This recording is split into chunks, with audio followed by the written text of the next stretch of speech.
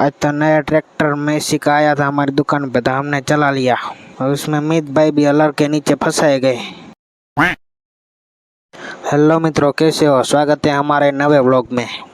सुबह सुबह bullet line निकली गया दुकान बाजू ने पहुंची गया अपने दुकान पे। आज तो करने वाली थी हमारे अमित भाई की अलर की विधि, मतलब क्षमा करना था उसको। लेकिन ये साला कर क्या रहा है यहाँ पे? अमित भाई नट खोलता खोलता तो हलवाई गया। फिर वो हलर का पीछे वाला डगरा भी हमें निकालना था, बड़ा वाला। फाइनली हमने हलर का सारा सामान निकाल लिया है। फिर दुकान आ गया था नवा ट्रैक्टर, तो हमने चला लिया थोड़ा।